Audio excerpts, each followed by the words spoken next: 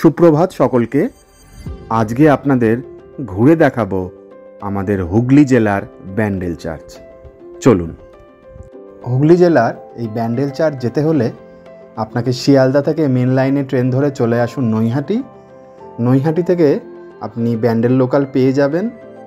গঙ্গা পার হয়ে ব্যান্ডেলে পৌঁছেই স্টেশনের বাইরেই অটো টোটো আপনাকে ব্যান্ডেল চার্চ নিয়ে যাবে।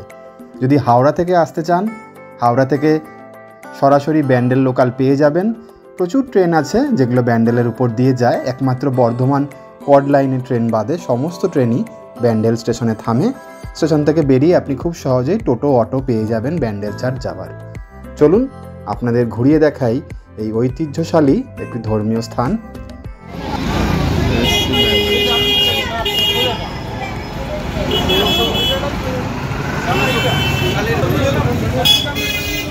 এই রাস্তাটা দিয়ে আমরা আসলাম।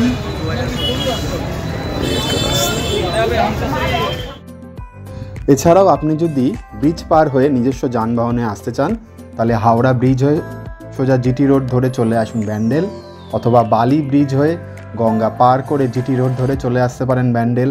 আর যদি কল্যাণী দিয়ে আসতে চান তাহলে আপনাকে কল্যাণীতে যে ঈশ্বরগুপ্ত সেতু আছে সেটি পার হয়ে সোজা বাঁ দিকে রাস্তাটা ধরুন, গঙ্গার পার ধরে বাঁশবেড়িয়া হয়ে আপনাকে নিয়ে আসবে সোজা ব্যান্ডেল চার্চের কাছে। খুব সুন্দর রাস্তা, আমরা সেই রাস্তা ধরেই এসেছিলাম যাবার সময়। আশা করি আপনাদের ভালো লাগবে। চলুন ঘুরে দেখি আমাদের পশ্চিমবঙ্গের এই শতাব্দী প্রাচীন পর্তুগিজ আমলে তৈরি ব্যান্ডেল চার্চ। গঙ্গার ঠিক পাড়েই চার্চটি অবস্থিত। ব্যান্ডেল শহরের একমাত্র প্রাণকেন্দ্র বলা যায় এই চার্চটিকে। দূর দূরান্ত থেকে, দূর দূরের জেলা থেকে মানুষজন এখানে আসে। 25শে ডিসেম্বর থেকে শুরু করে গোটা শীতকালটাই এখানে প্রচুর দর্শনার্থীরা আসেন। ব্যান্ডেল চার্চে প্রবেশের মুখেই দেখতে পাবেন দেওয়ালে ফ্রেস্কোর আকারে খুব সুন্দরভাবে প্রভু যিশুর কাহিনীকে বর্ণনা করা রয়েছে। আপনি চাইলে এখানে ভিডিও বা ছবি তুলতে পারেন। গেটের বাইরেও রয়েছে প্রভু যিশু কিভাবে তার ভক্তদের সেবা করেছিলেন। তার কাছে ধনী গরিব, ছোট বড় ভক্তদের কোনো বিভেদ ছিল না। ব্যান্ডেল চার্চের গির্জার ভিতরে আপনি একটি জাহাজের মাস্তুল দেখতে পাবেন। কথিত আছে বঙ্গোপসাগরে একটি পর্তুগিজ জাহাজ প্রবল ঝড়ের মুখে পড়ে মেরিমাতাকে স্মরণ করেন। তখন মেরিমাতা জাহাজটিকে রক্ষা করেন। এরপর কৃতজ্ঞতা স্বরূপ জাহাজের ক্যাপ্টেন মাস্তুলটি গির্জায় দান করেন। সেই মাস্তুলটি এখানে সংরক্ষিত আছে। বর্তমানে আর্কিওলজিক্যাল সার্ভে অফ ইন্ডিয়া এটিকে খুব সযত্নে ব্যান্ডেল চার্চের ভিতরেই সংগ্রহ করে রেখেছে। গির্জার ভিতর 3টি পূজার বেদি রয়েছে, কয়েকটি সমাধি প্রস্তর রয়েছে, একটি পাইপ অর্গান ও মেরির সিংহাসন আছে। খুব সুন্দরভাবে সাজানো ব্যান্ডেল চার্চ।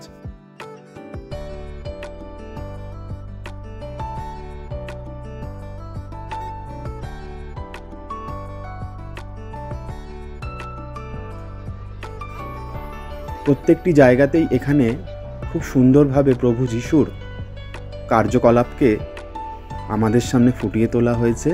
বাগানের মধ্যে প্রভু যিশুর ছোটবেলার কাহিনীকে বর্ণনা করা হয়েছে। পরবর্তীকালে ভক্তদের সাথে কাটানো তার সময়কে এখানে দেখানো হয়েছে। তার ধর্ম প্রচারের বিভিন্ন কাহিনীকেও বর্ণনা করা হয়েছে। আর দেখতেই পারছেন শেষ অবধি যখন তিনি ষড়যন্ত্রের শিকার হন এবং তাকে ক্রুশবিদ্ধ করা হয় তারও এখানে বর্ণনা রয়েছে। তিনি বলেছিলেন, হে পিতা, তারা জানে না তারা কি ভুল করছে, তাদের ক্ষমা করো।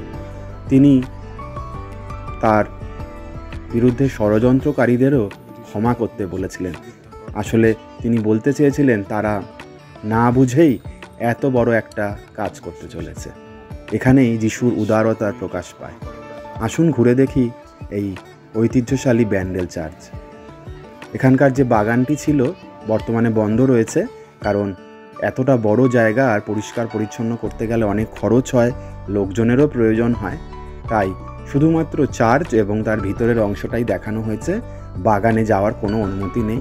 বাগানের একদম সামনেই প্রভু যিশু আমাদের জন্য স্বাগত জানাচ্ছেন। চলুন ঘুরে দেখি আর এই ধর্মীয় স্থানের পবিত্রতা রক্ষা করি। চার্চের ভিতরে প্রবেশ করে এই স্থানটি আপনাকে সবচেয়ে বেশি আকর্ষিত করবে, যেখানে মাদাম মেরির কোলে প্রভু যিশু রয়েছেন আর এখানে সকলে প্রার্থনাও করে। আপনি চার্চের বাইরে থেকে ফুল, মোমবাতি এবং অন্যান্য জিনিসপত্র কিনে এনে প্রভু যিশুকে উৎসর্গ করতে পারেন। প্রচুর মানুষের ভিড় হয়, দেখতেই পাচ্ছেন। এখানে মানুষ তার মনের কামনা বাসনা ঈশ্বরকে জানান। আসুন এবার আপনাদের জানাই ব্যান্ডেল চার্চের ইতিহাস। ব্যান্ডেল চার্চ বা ব্যান্ডেল গির্জা পশ্চিমবঙ্গের প্রাচীনতম খ্রিস্টান গির্জাগুলির অন্যতম। এই গির্জার পোশাকি নাম ছিল the basilica of the Holi rosary. 1660 খ্রিস্টাব্দ নাগাদ এই গির্জাটি মেরি মাতাকে উৎসর্গিত করা হয়। 16 শতাব্দীর মধ্যভাগ থেকে পর্তুগিজরা ব্যান্ডেল শহরটিকে বন্দর হিসাবে ব্যবহার করতে শুরু করেন। 1571 খ্রিস্টাব্দে মুঘল সম্রাট আকবর হুগলিতে একটি শহর নির্মাণের জন্য পর্তুগিজদের অনুমতি দেন। তারা এখানেই বসবাস শুরু করেন। তাদের পাদ্রীরা স্থানীয় লোকেদের ধর্মান্তরিত করতে শুরু করেন। ব্যান্ডেল চার্চের ছাদ থেকে আপনি অদূরেই দেখতে পারবেন জুবিলি ব্রিজ, যেটি গঙ্গার উপর ব্রিজ, ব্রিটিশ আমলে তৈরি। তার কাছেই রয়েছে হুগলির বিখ্যাত ইমামবাড়া। এটিও একটি দর্শনীয় স্থান। সময় সুযোগ পেলে ইমামবাড়া ঘুরে আসবেন। ব্যান্ডেল চার্চ থেকে পায়ে হেঁটেও আপনি যেতে পারবেন আর অটোয় করেও চলে যেতে পারবেন। আর গোটা ব্যান্ডেল শহরকে কি সুন্দর লাগছে এই ছাদ থেকে দেখুন। চার্চের নিচের অংশে যেমন প্রার্থনা গৃহ রয়েছে, ছাদের উপরেও মাদাম মেরির কাছে আপনি প্রার্থনা করতে পারেন। এখানেও নীরবতা বজায় রাখুন, পবিত্রতা বজায় রাখুন। আপনার মনস্কামনা পূর্ণ হলে অবশ্যই মাদাম মেরিকে জানান এবং সকলের জন্য শুভকামনা প্রার্থনা করুন। চার্চের ছাদ থেকে নিচে সমাধিস্থল দেখা যাচ্ছে। এখানকার বিশিষ্ট পাদ্রীদের এবং ধর্মযাজকদের এখানে সমাধিস্থ করা হয়েছে। এই স্থানটিও খুবই পবিত্র, তাই চেষ্টা করবেন ব্যান্ডেল চার্চের পবিত্রতা বজায় রাখার এবং যত্রতত্র নোংরা না করার, এই আবেদনও রইল। শতাব্দী প্রাচীন এই ব্যান্ডেল চার্চ সকলেরই একটি প্রিয় স্থান, তাই দূর দূর থেকে মানুষজন এখানে ছুটে আসেন এবং প্রভু যিশুর কাছে, মাদাম মেরির কাছে শুভকামনার প্রার্থনা করেন। আশা করি প্রত্যেকের ভাল লাগছে। আর চার্চের গঠনশৈলীও আমাদের খুবই আকৃষ্ট করেছে। কিন্তু সেই সময়কার মুঘল সম্রাট শাহজাহান কোনো এক কারণে পর্তুগিজদের উপর বিব্রত ছিলেন। তাই তিনি পর্তুগিজদের শিক্ষা দেওয়ার জন্য এই ব্যান্ডেল চত্বর অর্থাৎ পর্তুগিজ উপনিবেশের কিছু অংশ আক্রমণ করার সিদ্ধান্ত নেন। সেই যুদ্ধে প্রচুর পর্তুগিজরা মৃত্যুবরণ করেন এবং অনেককে বন্দি করে দিল্লি নিয়ে যাওয়া হয়। সেই বন্দীদের মধ্যে কিছু চার্চের পাদ্রীরাও ছিলেন। শাহজাহান ঠিক করেছিলেন জঙ্গলি হাতিদের দ্বারা তাদের পিষ্ট করে মারবেন, কিন্তু প্রভু যিশুর এমনই কৃপা, জঙ্গলি হাতিরা এই পাদ্রীদের দেখে মাথা নত করে তাদের মাথার উপরে বসিয়ে শাহজাহানের সামনে হাজির করে। এই ঘটনার পর সম্রাট শাহজাহান খুবই আশ্চর্যচকিত হন। তিনি সকল ধর্মগুরু ও পাদ্রীদের সসম্মানে মুক্তি দেন, বাংলায় ফিরিয়ে আনেন এবং চার্চের জন্য বিশালাকার জমি দান করেন, যেখানে এখন ব্যান্ডেল চার্চ রয়েছে। চার্চের ভিতরের অংশে এখানে রয়েছে ডেভিডের রাজ্য অভিষেকের কাহিনী। এছাড়াও নানা জ্ঞানের কথা এখানে লেখা রয়েছে। ঈশ্বরের বিধান ঘোষণা এখানে উল্লেখ করা রয়েছে। কি করে দাসত্বের হাত থেকে প্রভু যিশু সকলকে রক্ষা করেছিলেন সেগুলোও রয়েছে। কিভাবে আপনি ধর্মের পথে চলবেন তার উপদেশও চার্চের প্রত্যেকটি অংশেই দেয়া রয়েছে। মিশরের দাসত্ব থেকে ইসরায়েলের মুক্তির ইতিহাসও এখানে বর্ণনা রয়েছে, কিভাবে তারা মুক্তিযুদ্ধ করেছিল। আব্রাহামের বলিদানের কাহিনীও এখানে রয়েছে, আপনারা পড়ে দেখবেন।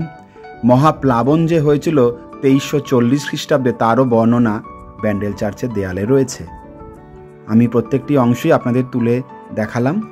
মানুষের প্রথম পাপ ও ত্রাণকর্তার প্রতিশ্রুতির বর্ণনা রয়েছে। আমাদের এই সুন্দর জগৎ কিভাবে সৃষ্টি হয়েছে তার বর্ণনাও এখানে রয়েছে। আশা করি প্রত্যেকে পড়ে দেখবেন এবং জানাবেন কেমন লাগলো। ব্যান্ডেল চার্চের করিডোরে আমি ঘুরতে ঘুরতে এই সকল স্থান আপনাদের দেখালাম। আশা করি প্রত্যেকের ভালো লেগেছে। কিন্তু মূল প্রার্থনা গৃহতে প্রবেশ করা যায় না। যীশুখ্রিস্টের জন্মের কাহিনীও এখানে বর্ণনা করা রয়েছে, সেটি আমরা বাইবেলের বিভিন্ন অধ্যায়তেও জানতে পেরেছি। স্বর্গে দূতরা কিভাবে মারিয়ামকে জানিয়েছিলেন যে তার গর্ভেই যিশু আসছেন, শিশুদের প্রতি ঈশ্বর যিশুর যে ভালোবাসা ছিল তারও উল্লেখ রয়েছে। তিনি একই ধারে দয়ালু ছিলেন, তিনি অপরের দুঃখে ব্যথিতও হতেন। তার শিষ্যরা তার পথ অনুসরণ করেছিলেন, তারাও যিশুর দেখানো পথে ভালোবাসার বার্তা ছড়িয়ে দিয়েছিল।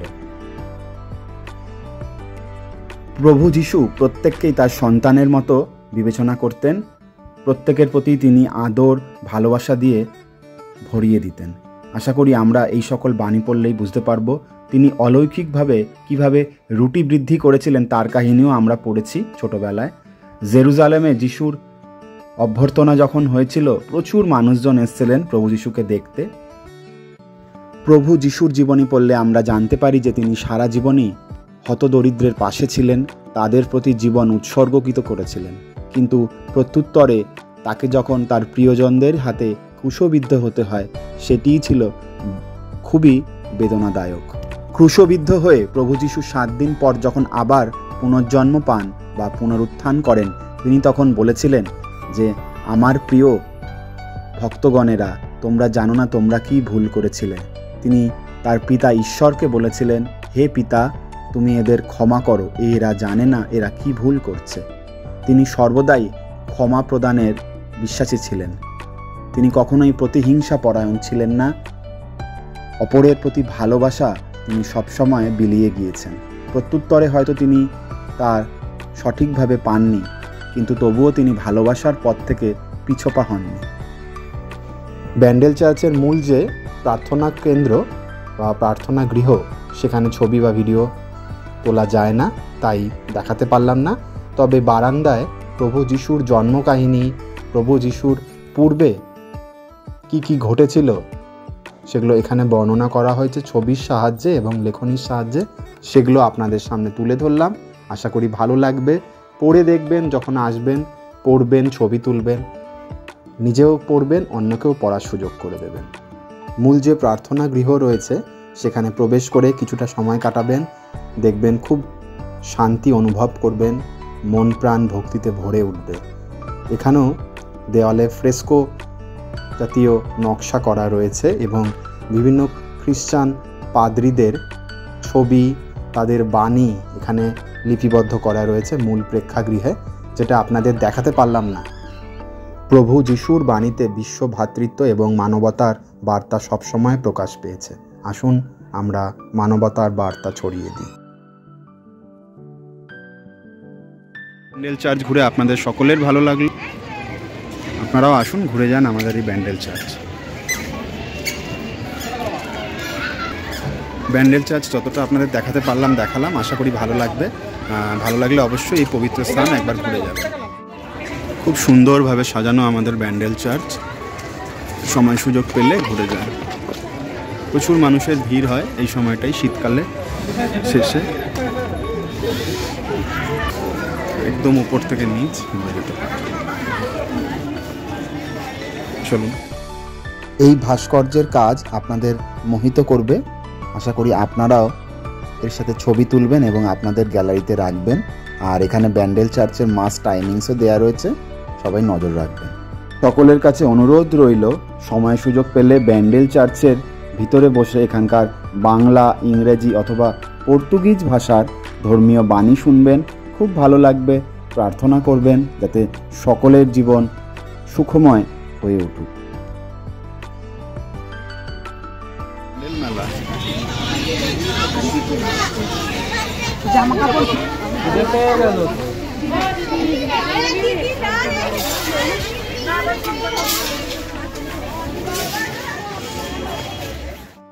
ব্যান্ডেল চার্চের পিছনের গলিতে এই মেলাটি বসেছে। যেহেতু শীতকাল আর 25শে ডিসেম্বরের সময় চলছে, তাই এখানে মেলা বসছেই, প্রচুর মানুষও আসছে। যেহেতু এই রাস্তা দিয়ে গঙ্গার পাড়েও হেঁটে যাওয়া যায়, তাই সেখানে নানা পিকনিকেরও আয়োজন করা হয়ে থাকে। আর মেলার লোকজন তো অবশ্যই এখানে ভিড় জমায়, যেহেতু ব্যান্ডেল চার্চ সামনেই।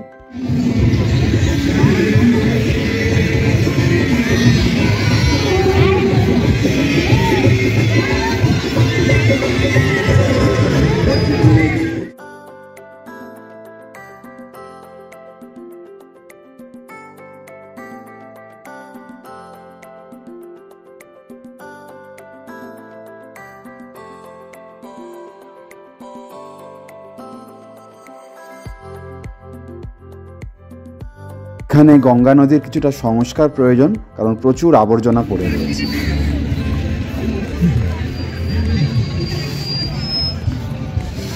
ওই পাটটা নৈহাটি চড়া পড়ে রয়েছে সব আর নোংরা।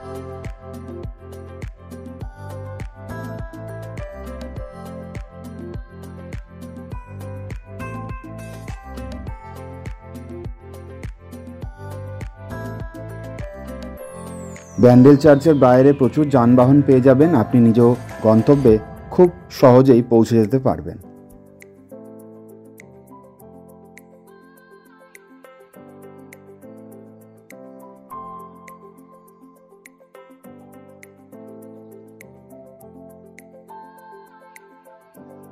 আজকের এই ব্যান্ডেল চার্চের ভিডিও আপনাদের কেমন লাগলো অবশ্যই কমেন্টস এবং লাইক করে শেয়ার করে জানাবেন।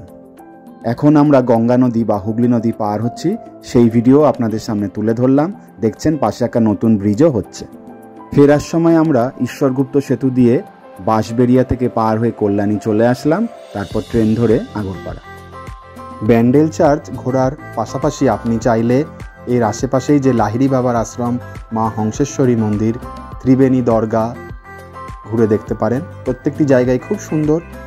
এর অদূরেই রয়েছে হুগলি জেলার আরও একটি বিখ্যাত সৌধ ইমামবাড়া, সেটিও আপনারা ঘুরে আসতে পারেন। আশা করি আজকের ভিডিওতে আপনারা ব্যান্ডেল চার্চ খুব ভালোভাবে ঘুরতে পেরেছেন এবং অনেক অনেক তথ্য পেয়েছেন। আর আমার চ্যানেলে প্রথম হলে অবশ্যই ভিডিওটা শেষ অবধি দেখবেন, অন্যান্য নানা ভিডিও দেখবেন। আশা করি প্রত্যেকেরই ভালো লাগবে, আর ভালো লাগলে অবশ্যই আমার চ্যানেলটি সাবস্ক্রাইব করবেন।